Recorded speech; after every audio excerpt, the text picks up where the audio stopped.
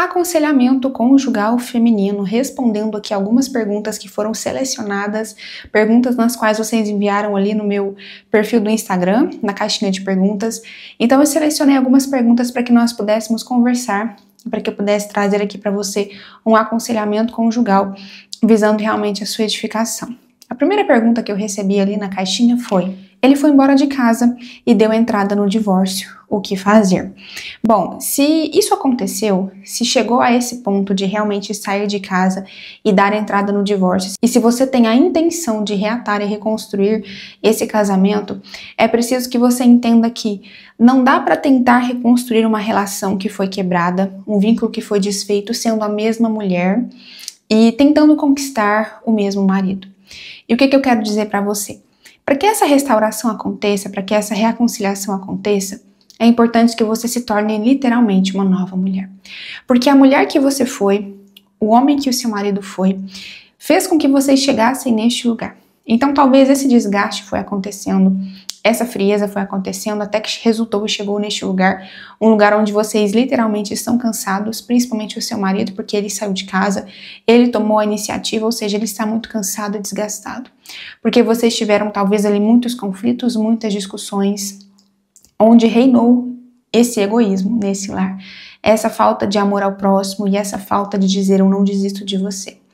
E talvez quem gostaria de ouvir isso era você, né? Eu não desisto de você. Mas talvez você deveria ter sido essa pessoa que pudesse falar: eu não vou deixar você ir embora, eu não desisto de você. Porque agora o trauma foi instalado e a forma de reconciliação ela vai ser um pouco mais desgastante do que talvez se vocês buscassem reconstruir e restaurar a relação dentro de casa ainda como uma família, não chegando a esse ponto. Bom, mas como chegaram a esse ponto, agora você precisa começar o seu processo de restauração. Restaurar a sua identidade como mulher, como também a sua identidade como esposa.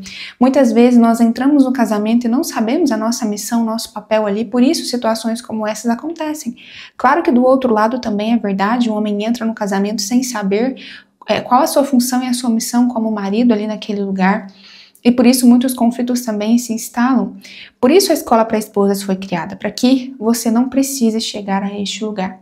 Um lugar onde o seu casamento foi desfeito e você já não é mais uma esposa, mas uma mulher divorciada.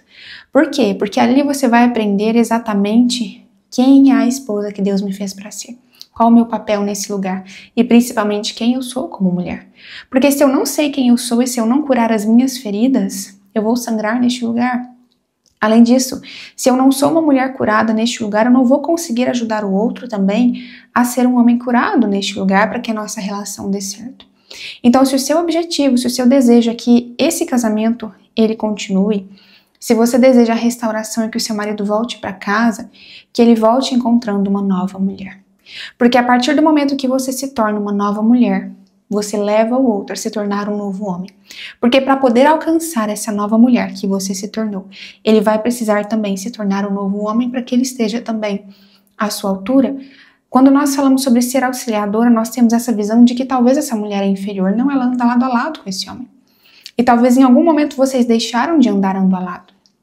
Vocês deixaram de cultivar o amadurecimento, o autoconhecimento, o desenvolvimento pessoal. Deixaram também de cultivar nesse lugar um lugar de temor a Deus. Por mais que vocês sejam cristãos, vocês percebem que não há temor a Deus para chegar neste lugar, para chegar nesse desfecho? Onde talvez vocês falam aqui eu não estou sendo feliz e eu preciso sair desse lugar para ser feliz. Não, nós precisamos nos unir e fazer a vontade de Deus nesse lugar. Ainda que isso muitas vezes custe a nossa felicidade, porque seremos felizes depois, fazendo a vontade de Deus. E muitas vezes nós estamos neste lugar, mas não buscamos crescer neste lugar, porque casamento é projeto de vida. Nós estamos lado a lado como família, como uma equipe, para podermos crescer. Então vocês entendem que vocês também pararam de crescer neste lugar?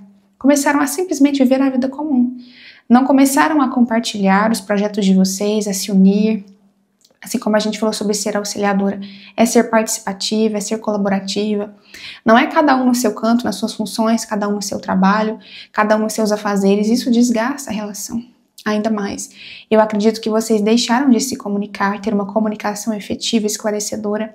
E sim, comunicar dá trabalho, aprender a entender o outro dá trabalho, negar a si mesmo dentro do casamento dá trabalho. Mas é isso que nos faz viver uma relação duradoura. E é isso que nos faz não ter tantos traumas e feridas. Assim como essa situação, que é um pouco traumática, essa situação do divórcio, essa situação da separação, ela traz muitas dores, porque é uma quebra de aliança, é um pecado. E a Bíblia fala que o pecado, ele produz morte, o salário do pecado é a morte. E o divórcio vem como esse registrar de que algo em nós morreu, de que de alguma forma nós falhamos neste lugar. Mas, como eu disse para você, há esperança de restauração. Mas se você não se tornar uma nova mulher, dificilmente ele vai se tornar um novo homem para poder te acompanhar nessa nova mulher que você se tornou. Além disso, torne-se uma mulher digna de admiração. Uma mulher na qual ele olha e admira essa mulher e queira se parecer não só com você, mas com a mulher que você se tornou e tem se tornado. Não uma mulher vazia, uma mulher carente, uma mulher insegura, uma mulher ciumenta, uma mulher pesada, uma mulher rixosa. A gente não suporta viver com alguém assim, então como que a gente quer forçar o outro a estar com a gente dessa forma também? Então é preciso realmente você se descobrir, é preciso você se lapidar, é preciso você buscar viver realmente uma vida intencional, com um propósito, alinhada com a sua identidade, alinhada com a mulher que Deus te fez para ser, para que esse casamento possa ser restaurado, para que esse homem também seja impelido a estar nesse lugar, onde ele não só vai se conectar com você, mas também com a identidade dele, que foi perdida. Eu acredito que no fundo ninguém se casa para poder separar, e quando a gente fala que isso aconteceu, é claro que se chegou num estado de muito cansaço, de muita exaustão, mas ainda existem ferramentas para poder reparar e restaurar esse lugar, reparar e restaurar essa família. Ainda não é o fim, mas precisa muita disposição de negar a si mesmo, de negar o eu, o meu querer, a minha vontade, o meu orgulho, o meu egoísmo e principalmente me submeter à voz de Deus. Mais do que ouvir a minha voz aqui nessa caixinha de perguntas, onde você me pergunta o que fazer, Deus, o que fazer? Qual o próximo passo que o Senhor me chamou para poder fazer? Senhor, por que o meu casamento não deu certo? Por que ele não está dando certo? E o que eu posso fazer para poder viver com realmente propósito? Para poder viver com plenitude nesse lugar, não edificando apenas a minha vida, mas também a vida do meu marido, porque com a nossa vida edificada, nós vamos conseguir edificar também a vida dos nossos filhos. A segunda pergunta que eu recebi foi: homem curtindo foto de mulher tem senha privada no celular? Já falei muitas vezes, estou no puerpério.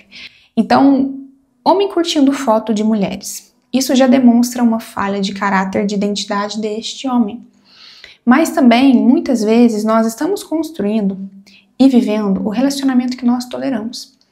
Ou seja, se de alguma forma isso está acontecendo com o meu cônjuge, dentro da nossa casa, na nossa família, de alguma forma isso está sendo tolerado. E assim como você falou, eu já falei muitas vezes, é porque falar muitas vezes não vai adiantar. Porque existe a forma certa de falar. Não é simplesmente falar, pare de fazer isso, porque você colocou senha no celular. Você não me ama, você não me quer, você não me dá atenção, você não me ajuda. Isso não é falar, isso é cobrar. Claro que tem um sentimento lícito de falar, ei, você não está me vendo, você não está percebendo a seriedade, a gravidade da coisa, do que está acontecendo. Mas antes de falar, e por isso que não está adiantando, é porque antes de falar você precisa se posicionar dentro de você internamente. Muitas vezes a gente acha que o posicionamento ele acontece só com o outro. Não, eu vou chegar lá nele, eu vou me impor, eu vou falar o que eu penso, o que eu acho, o que eu quero que seja feito. Mas você está só simplesmente falando sobre você. E esse falar sobre você muitas vezes, ele soa como egoísmo, o outro recebe isso e vai ficar egoísta com você também. Porque muitas vezes eu só quero falar que seja feito do meu jeito, na minha hora, ainda que o outro esteja errado. Mas falta ainda me preocupar com o outro e entender o porquê que ele está fazendo aquilo. Não é comigo, contra mim que ele está fazendo aquilo, é principalmente contra ele. Então, mais do que levar ele a parar de fazer isso por causa de você e por causa do filho de vocês, é levar ele a parar de fazer isso porque você quer o bem dele, a restauração dele por causa dele e por causa do Senhor, porque Deus chama ele para ser esse homem santo. Então, nesse momento, principalmente, ainda que seja difícil, é você acolher esse homem. Ele está no erro, está no pecado, está. Mas nós também estamos todos os dias no erro e no pecado e Deus nos acolhe. E nós não merecemos perdão, mas ainda assim, todos os dias, a Bíblia fala que novas misericórdias são derramadas sobre nós. Novo dia, novas misericórdias. E as misericórdias de Deus são a causa de não sermos consumidos. Porque as suas misericórdias não têm fim, elas se renovam a cada manhã. Grande é a sua fidelidade. Só que no casamento, muitas vezes, nós não toleramos isso. Nós não queremos tolerar o erro do outro, o pecado do outro, porque nós nos achamos santas demais. E que o erro do outro é intolerável, é imperdoável. Quando nós nos esquecemos de que nós estamos lidando com um ser humano tão imperfeito quanto nós. Tão imperfeito, muitas vezes, e muitas vezes eu sou muito mais imperfeita e mais falha do que ele. Então, quando eu entro nesse lugar de entender que, bom, ele está errando, ele está no pecado, ele está fazendo algo que não deveria fazer, mas como eu desperto esse homem? Para que ele seja o homem que Deus fez ele para ser. Para que ele seja um bom pai, para que ele seja um bom marido, para que ele seja um bom homem para ele mesmo. Então, por isso que eu falei para você, falar, muitas vezes, por falar não vai adiantar. Porque muitas vezes eu estou lá no fundo preocupada comigo, eu quero que ele pare de fazer isso por causa de mim. E muitas vezes eu não peço para que ele pare de fazer isso por causa dele. Falei, você não merece estar nesse lugar. Não é esse homem que Deus te fez para ser. É você se aproximar e falar, você entende a gravidade disso, como isso te rouba de você, da sua identidade, o quanto isso suja a sua mente, o seu coração, o quanto isso te afasta das promessas de Deus para você, o quanto isso pouco a pouco arruína o nosso lar, o quanto você precisa ser uma referência para o nosso filho, para que ele cresça também nesse ambiente saudável, com um homem saudável. E principalmente, um homem que faz isso, ele está buscando suprir uma carência afetiva e emocional. Claro, não deveria fazer isso, não deveria, mas nós somos assim. Somos pessoas, um ser humano carente de afeto, carente de atenção. Então, será que, ainda que você disse, estou no puerpério, e sim, você está também num lugar onde você precisa de ajuda e atenção. Só que da mesma forma que você precisa, ele também precisa. E aqui a gente não está falando sobre quem precisa primeiro ou quem precisa mais, mas ambos precisam. Então, da mesma forma que você está nesse momento onde você precisa de cuidado, ele também está. Então, por que nós não nos unimos e cuidamos um do outro? Por que muitas vezes, ao invés de pedir e brigar e reclamar e me afastar, não falo, ei, eu sei que você precisa de validação, sei que você precisa de afeto, precisa de carinho, de atenção, eu estou aqui. Eu estou aqui não só para julgar o seu pecado, para criticar e te condenar. Estou aqui para poder te abraçar, para poder te amar, para poder compreender o porquê que você está afundado nisso. E a gente tentar suprir e tampar essa lacuna com o princípio e o valor correto, não ainda se afundando ainda mais no pecado. Então é tempo de tirar essa venda do olho que me impede de enxergar o outro e eu só enxergo a mim mesma, porque quando a gente está com os olhos tampados, é como se a gente conseguisse sentir melhor o nosso corpo, né? Os nossos dedos, a nossa respiração, é como se a gente tivesse concentrado realmente em quem nós somos. Quando a gente tira essa venda, a gente vê o todo. A gente consegue enxergar o olho. E a Bíblia mesmo fala, antes de tirar a trave do olho do seu irmão, tire a trave do seu próprio olho. Então, nesse momento, ele está com uma trave enorme, gigantesca no olho dele, que impede ele de ser um homem melhor, de ser um homem responsável pela sua família e pela sua casa. Mas, antes de buscar tirar a trave do olho dele, eu também preciso tirar a minha. A nossa terceira e última pergunta. Ele descobriu um empréstimo que fez num momento de crise financeira. Ele estava mal emocionalmente, não contei na hora. Ou seja, eu estava numa crise financeira e me coloquei numa crise conjugal agora, porque eu faltei com a verdade, eu falei com a verdade.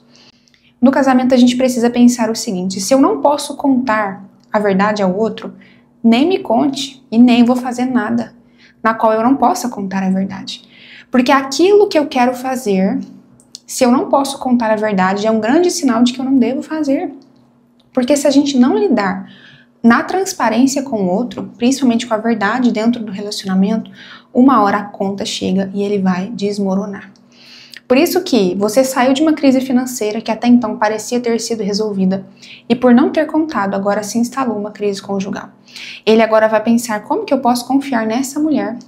Ainda que a intenção dela seja boa, porque ele estava também passando por uma crise emocional ali, a sua intenção foi boa naquele momento, mas você percebe que nem só de boas intenções vive o relacionamento. Se somos uma equipe nesse lugar, se somos uma só carne, precisaremos compartilhar as dificuldades.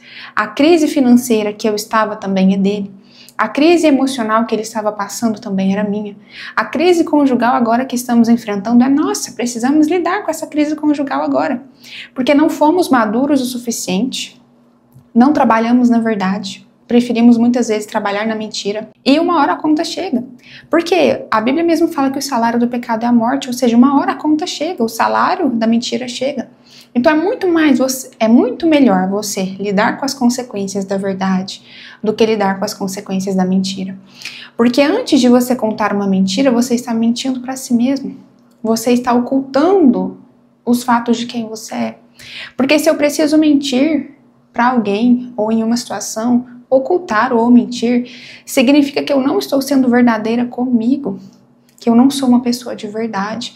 Porque se eu fosse uma pessoa de verdade, convicta do ser humano falho que sou, dos meus defeitos, de confessar, principalmente, ei, estou com um problema aqui, estou com uma crise financeira, estou pensando em fazer um empréstimo, eu falhei realmente. Eu falhei, preciso agora suprir essa falta, mas eu confesso que eu sou uma pessoa que não soube lidar com dinheiro, gerenciar, administrar as minhas finanças. Às vezes a pessoa te ajudaria, traria outra solução, melhor do que aquela que você estava pensando. Mas muitas vezes, para ocultar o nosso erro, nós preferimos andar na mentira. Muitas vezes, para ocultar a nossa falha de caráter, o que qualquer ser humano pode vir a ter, nós preferimos trabalhar na mentira. E como eu disse para você, você não está lidando com a mentira porque você faltou com a verdade com o seu marido. Principalmente a mentira que você ocultou em você. De que você não poderia ser de verdade naquele momento. Principalmente de verdade para você. De verdade em você. Então, por isso, muitas vezes, não só na vida financeira, talvez você se sinta presa. Você se sinta escrava, você sinta que vive um impostor dentro de você. Você não consegue viver com leveza, você não consegue tomar decisões com maturidade, com sabedoria. E, principalmente, vocês não conseguem ser um no casamento.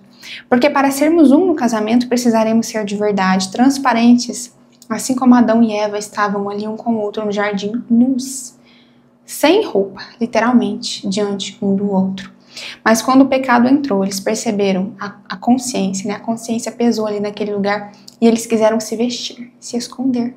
Então, muitas vezes, no casamento e na vida, nós tentaremos nos esconder por cima de máscaras, de roupas, tentando tampar um buraco ali, uma lacuna da nossa imperfeição, quando no casamento nós deveríamos estar de frente um para o outro e falando, eu sou assim, eu sou defeituosa mesmo, eu sou falho mesmo, mas juntos, nas nossas imperfeições, nós trabalharemos para que nós possamos santificar este lugar, para que nós possamos crescer juntos, amadurecer juntos. Então agora é o momento de você ser franca e sincera com o seu cônjuge, falar, eu errei e ainda continuo errando.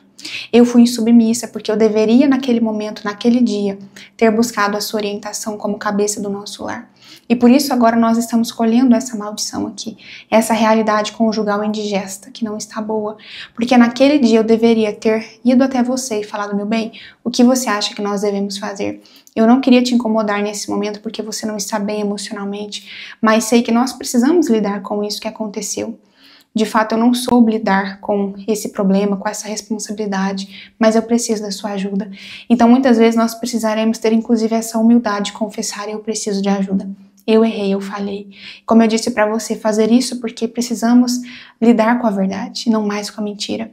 Porque se mais uma vez você resistir, você for orgulhosa e falar, não, eu fiz isso por causa daquilo, porque naquela época você estava assim, você está tentando justificar ainda com a mentira.